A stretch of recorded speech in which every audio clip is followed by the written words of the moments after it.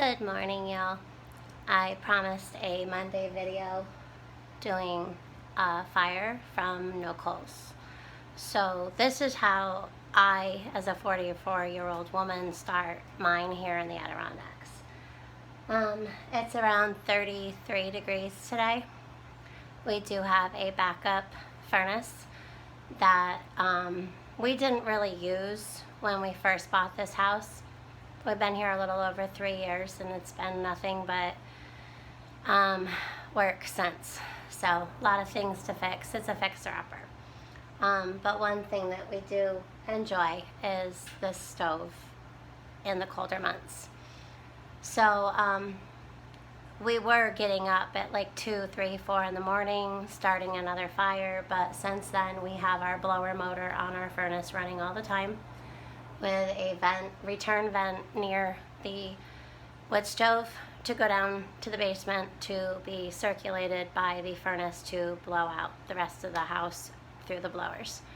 But, you know, when we're not using our furnace or in case of an event of a power outage, we are solely running our wood stove for heat and for cooking on top. We do have a grill on top of this. So what I do is I start by gathering my wood from our wood cradle. We have a wood shed that we collect our wood by wheelbarrow, and we bring it in and fill the wood cradle. The wood cradle, depending on how cold it is, it could last anywhere from a few days to a couple of weeks or a week, usually around a week. So I already put my big piece of wood in the stove just because I didn't really want to be struggling with it, but that's a pretty good sized chunk. I like to have the bark faced in. Then I lay another good sized piece on the other side. I usually put one in the way back. And usually your rounder pieces should go in the back. That way, when you need to open your stove for any reason, that will not roll out at you, because sometimes, and then this one I lay either 2 on top or I lay 1 sideways. So I already made some, but what I like to do, these newspapers or the Chronicle, they are free, so I usually grab a good sized stack when I go to the grocery store, but I've made knots. And how you do that is you take your newspaper like this, and you start at this corner, and you don't need to be real neat about it. And you just roll. This way your paper is long, and the reason being is that you're going to take it and you're going to tie a knot. You don't need both ends. I often roll really quick, and I just stick it in, and I only have 1 wing dinghy sticking out. So you can either have this or this, it doesn't matter. Yes, you can wad it all up like that, but this gives it a weight. And also I like to stick them in like this and have the knots pointed downward. Some of them I do poke in upward. I like to have, I do what, so I have a lot that falls in to the fire. After, I already pre-made some of these, so that way I didn't have to take, you know, your time up showing you how to do this. You can use tissues for blowing your nose, you know. But what I like to do is anchor, see this little tail here? You can poke this in, and then what you have is a knot on top. And what happens is that when that catches fire, all that ash goes to the bottom and gets you a good start. So another thing I like to do is take a piece of wood or a couple of pieces and also wrap them and stick those in the bottom, or you can stick them on top or poke them in down going this way.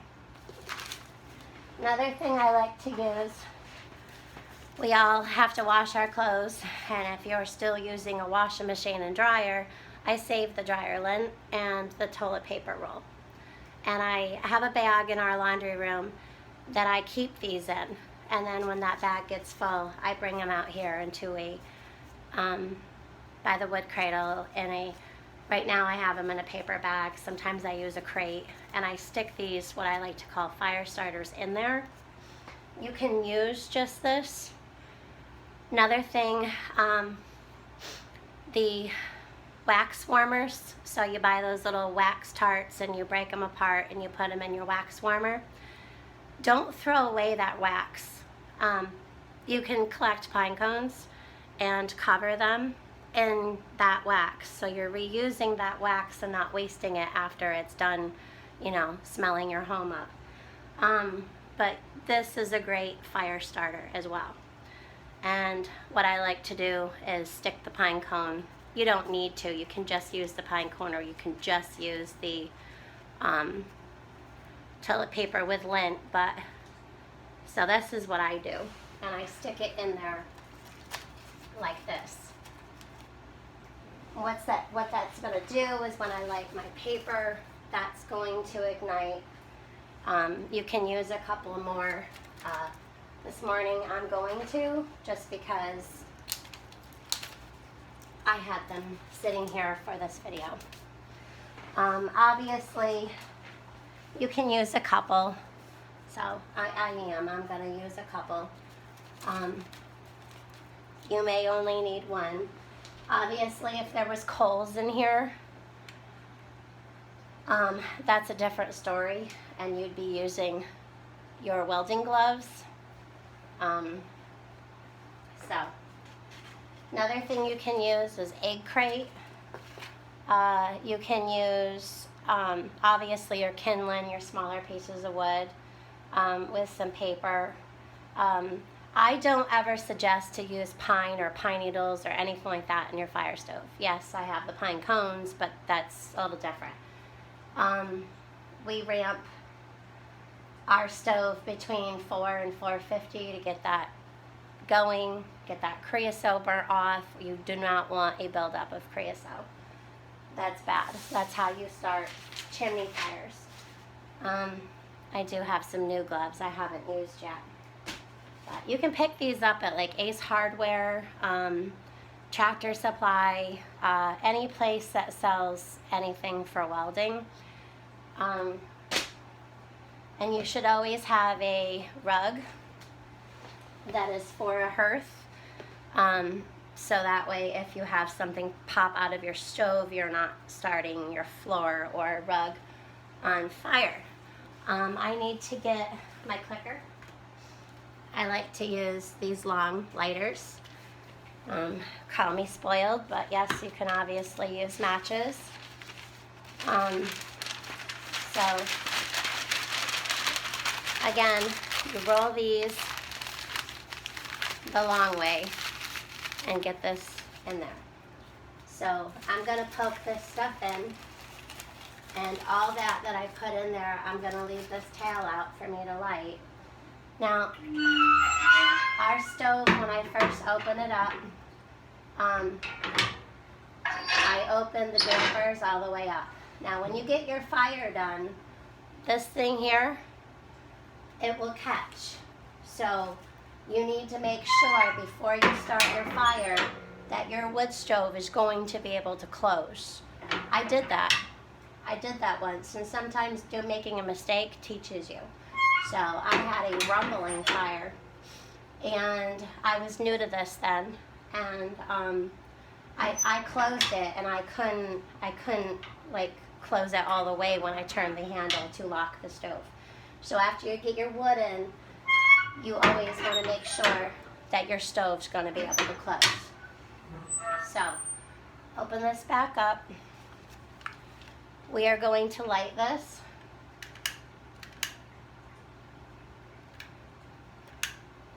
You can light it just once, it will creep, but you know, I like to light it in a couple of places. So we give that a minute. Again, this is the, I will be getting up earlier and obviously doing these more often, but again, we have decided so we don't stress or, you know, we are using our furnace in between fires. So now that that's reaching the top, I'm going to close one door. And remember, these dampers are all the way open. Yes, I have ash. I haven't gotten to that this morning, but always keep your area around your stove free of everything and clean. Keep your floor cleaned, sweep, mop around it.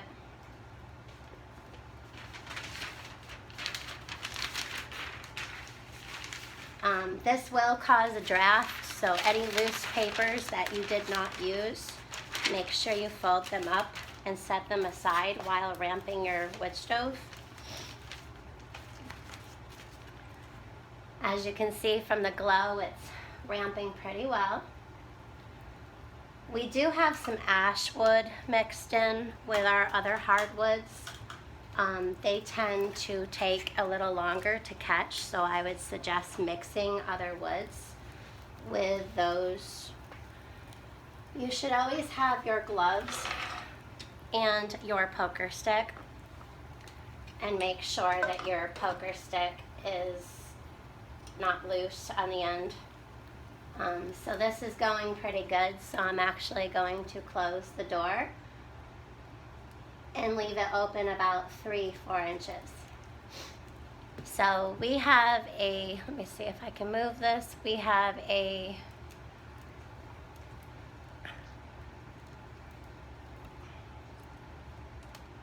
temperature gauge on our pipe. Excuse my messy counter. We do have that temperature gauge on our pipe. So there's a burn zone, which is around 250. That's, I use it, I like it. Some people would say that's cheating, but whatever. I just want to be safe. So, we're gonna wait for this to ramp.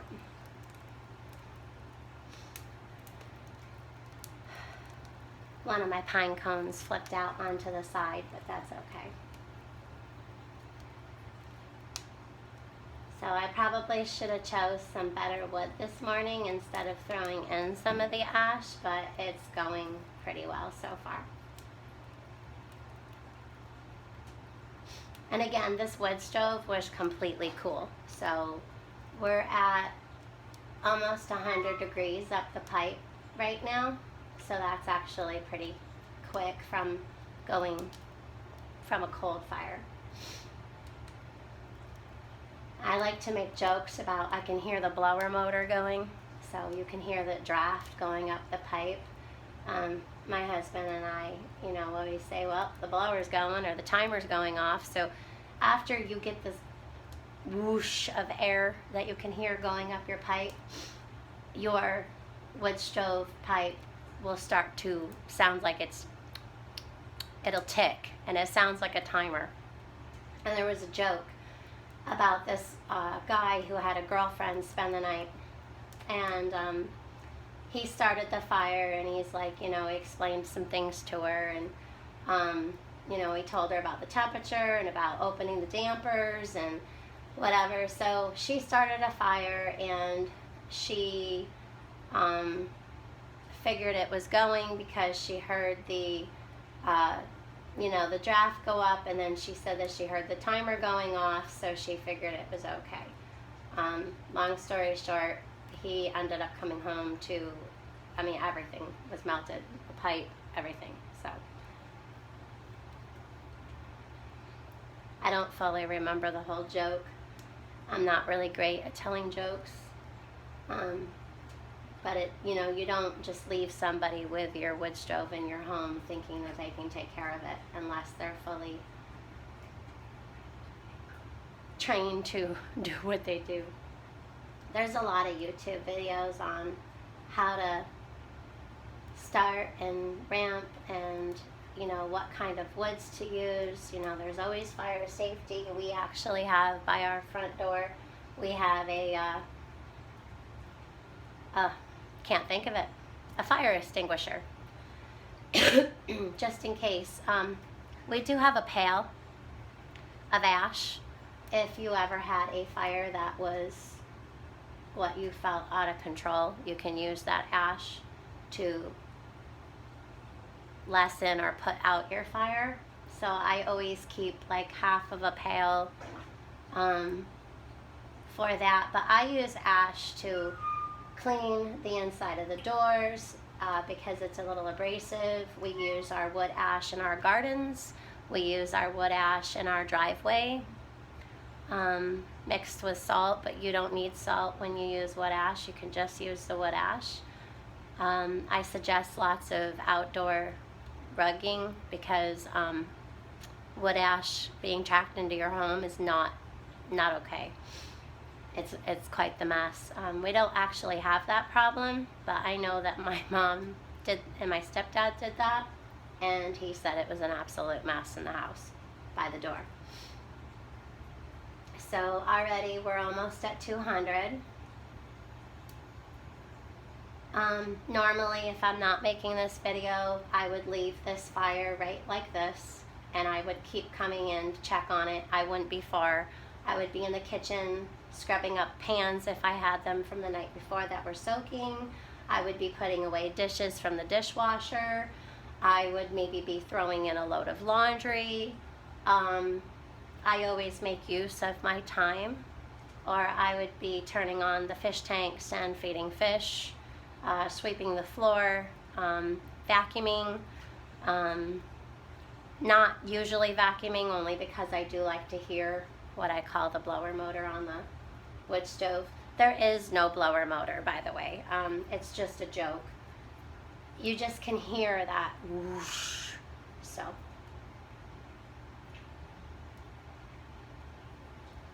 I am going to be making a video. I already talked to TJ Preps about the cough syrup that I make. What I do is I take a couple of cups of water and I boil it with some thyme leaves. You can use dried thyme, but I like the fresh thyme, but obviously we would not be getting fresh thyme, whether they didn't have it or we couldn't go to the store in case of a situation where we couldn't go. And this fire is ramping really good. It's at 200. But anyways, so you take your 2 cups of water and you take your thyme and you boil it. And then you add in some, I like to use fresh lemon, but I also use the little lemon juice, or the big lemon juice.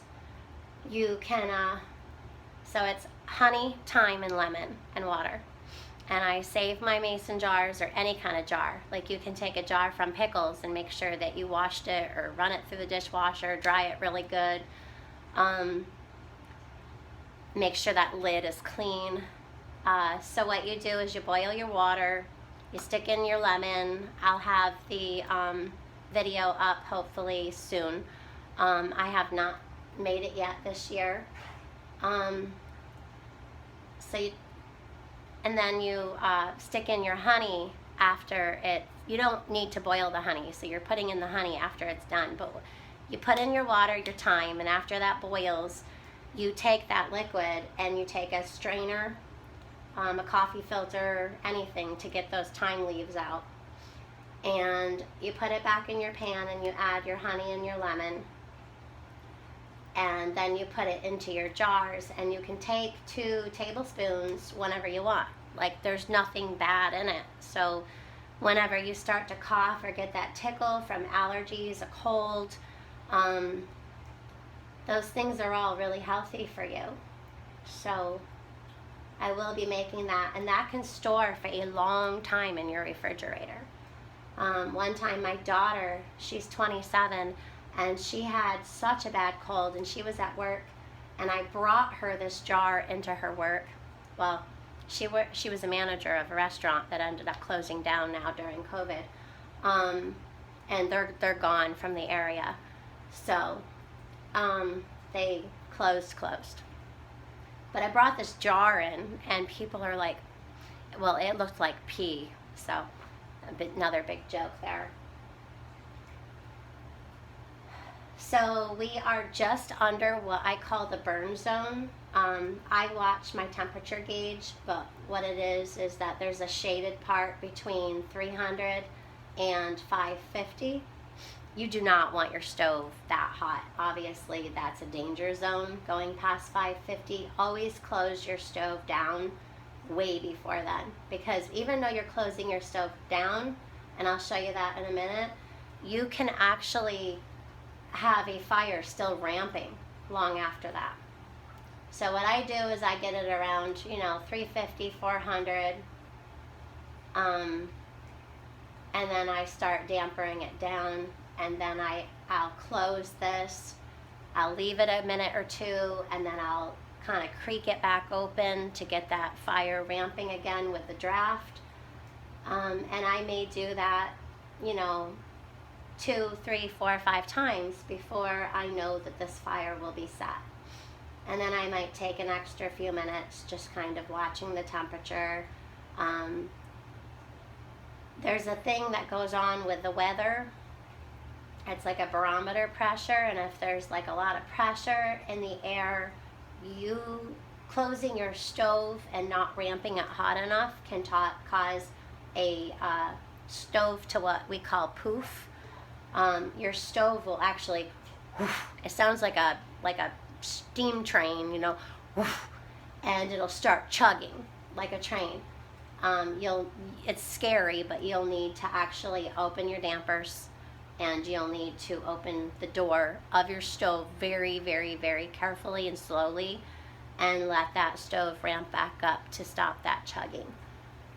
You do not want your stove poofing, because that actually causes smoke to go into your house. I do have a kettle up on top of the stove with water. We have fish tanks in the home. We're down to 5 or 6, I don't know. 1, 2, 3, 4, 5, 6. Yeah, we're down to 6. So obviously with that much water in the house, we don't have too much of a problem getting dry, but honestly, we still do. So you want a steam pot or a kettle of water on top of your stove. So I'm just going to open this for a minute. It's roaring pretty good. In case anything moved at this point, you might want to check to make sure that you can close. Sometimes when things are getting started, wood will shift.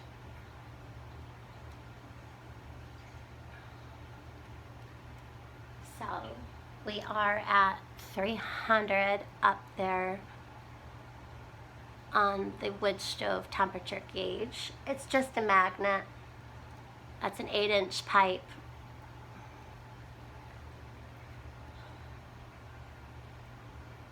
I'm going to open these a little bit more because I will be closing the door soon. Again, have your poker and your gloves. If something shifts forward, you're going to want to open that door, get that wood poked back into place, and possibly your gloves in case you need to grab onto something. You wouldn't want to do it for a long time, but I have had to grab something that popped out of the wood stove, and I actually just used this. Also, obviously, you should have your shovel out to your wood stove as well. The shovel you use to put ash. We have a galvanized, big, huge, I think it's like 36 gallon. It's big. I could fit in there. we keep that for any ash. Being that we have a lot of wood in the way we do our wood stove, we don't get a lot of ash anymore. But the first year we filled that thing. So, and again, you can use that in your lawn, you can use that in your gardening, you can use that for your putting on top of the ice for traction. There's lots of uses for ash. Some people even make a paste out of it and brush their teeth with it. I never have. I don't foresee myself doing that. But whichever, each to their own, right?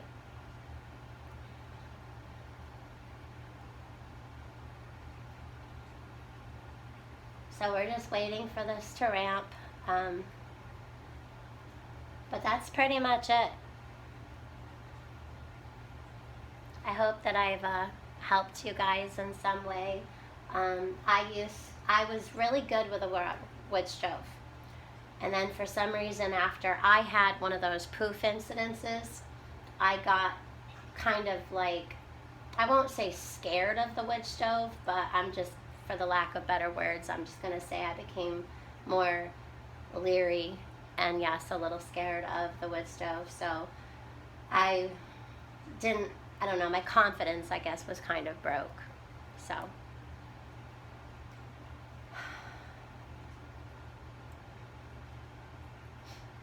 you know, every 6 months, so twice a year, we get, my husband does ours. You know, we have this big long brush that goes all the way down, and in the back we have what's called a T. So we clean it from the roof all the way down with a big, huge brush on a big rod, and that gets everything out of your pipe, and then ours falls down in, and then we have a pipe that my husband unscrews, and we get all that junk out of there that has, but I mean, as long as you're getting a really good ramp on your fire and getting it good and hot to burn a lot of those things out, you should be fine. Another funny thing that's happened in the past 3.5 years was a squirrel. We have a cap on our pipe up on top of the roof, so I don't understand, but squirrels are rodents, you know, they're tree rodents. So we had a squirrel, actually, we heard something, and my dog was out here, and she was like, I heard something, and the dog's like at the wood stove. I'm like, what the heck is that? It sounded like scratching. And lo and behold, there was an actual squirrel in our wood stove. This was in the spring, we weren't using it anymore. We ended up having to, my husband and I and my 2 youngest daughters, we made a blanket tunnel going from the wood stove out the front door. And we got the squirrel out, but that was quite the time, because we had to corral our dog, because she's an eater of squirrels. She will catch that thing, and it doesn't usually end well. I had another pit bull that just watched squirrels and watched birds, and she never bothered and never chased anything. She was actually even afraid of small dogs, and she was 78 pounds. So, but this dog, she'll go after anything. She chases deer. It's bad. So we obviously have to be careful and not let her, you know, have free range, because she will chase and track down that deer. And once dogs get a taste of deer, it's over.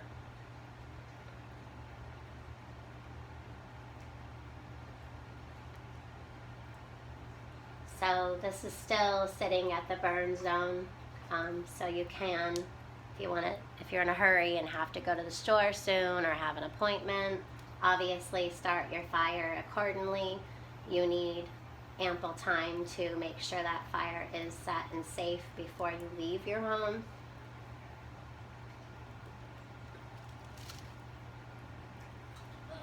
Just pushing this back a little bit. Again, making sure that I can close it. I'm not a professional fire starter. Of course, my family had one when I was younger. We did a lot of camping. I was actually called the firebug. But it's not hard. And it's a great source of heat and cooking in case of a possible shift event, you know, power outage. If you just want to save money, a cord of wood is an amount of, it's equivalent to a whole tank of, you know, your fuel for your furnace. You know, we might get a load of wood for $225, $250 if you don't do it yourself and you're going through somebody to buy your wood. We actually get our wood from my stepdad and my mom. Where versus, you know, depending on your tank for your propane or kerosene or oil or whatever, I know that kerosene this year ran us over $600. It was almost $700, and that I think was for like 250 or 260 gallons. So that tank alone versus a cord of wood for $225 or $250, that's a no-brainer. So if you just want to save some money, yeah, the initial getting a wood stove is an expense.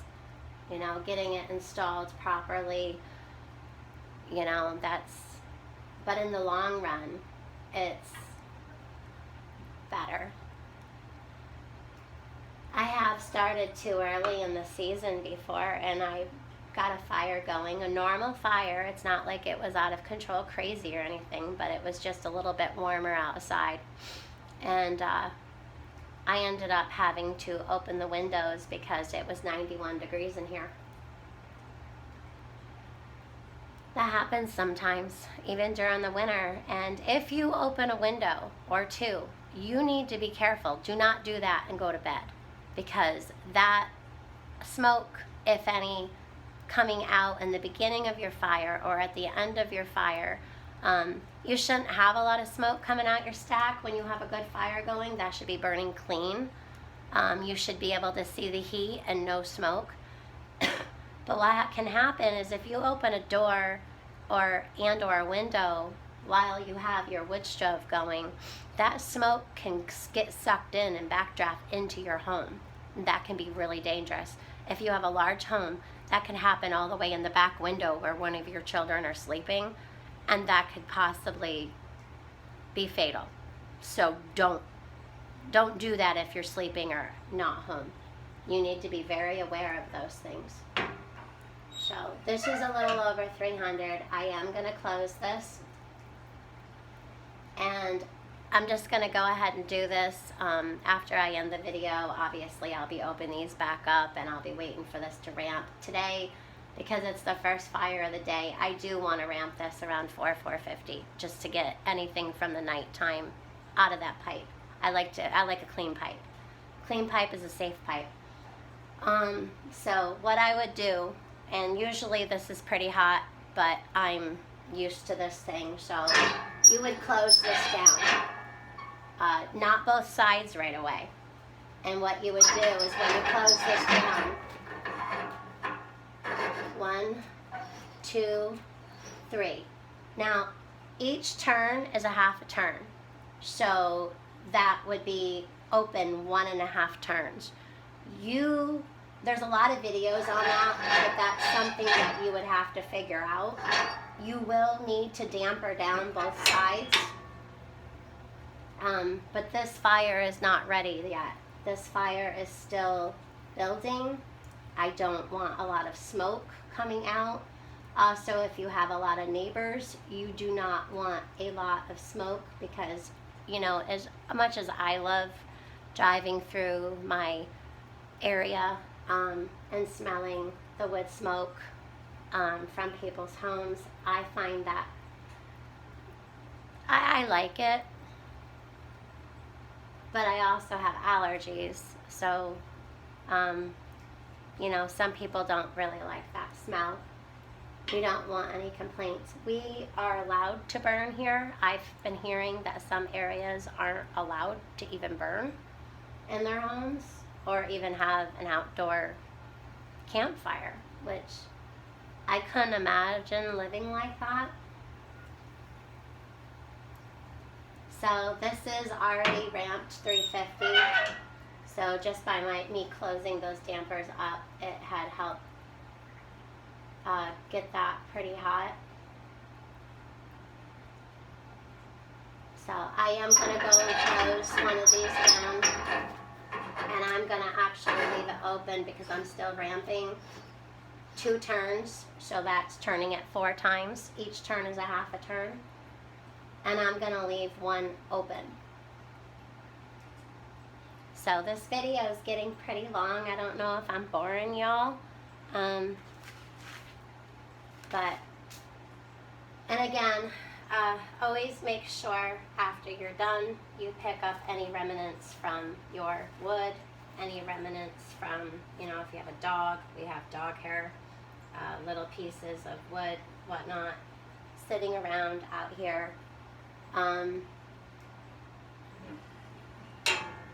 again, you may have to keep doing this to open this up.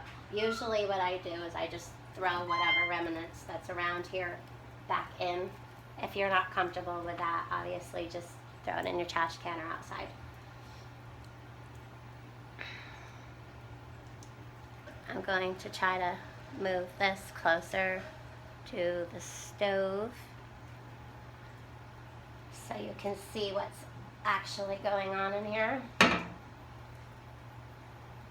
I only keep the one side open because I've had things pop out at me. I don't particularly like that. I'm a very jumpy person when that happens, so I tend to leave one door open and one door closed. Plus, when you do open your doors all the way like that, you will get that smoky smell in your home.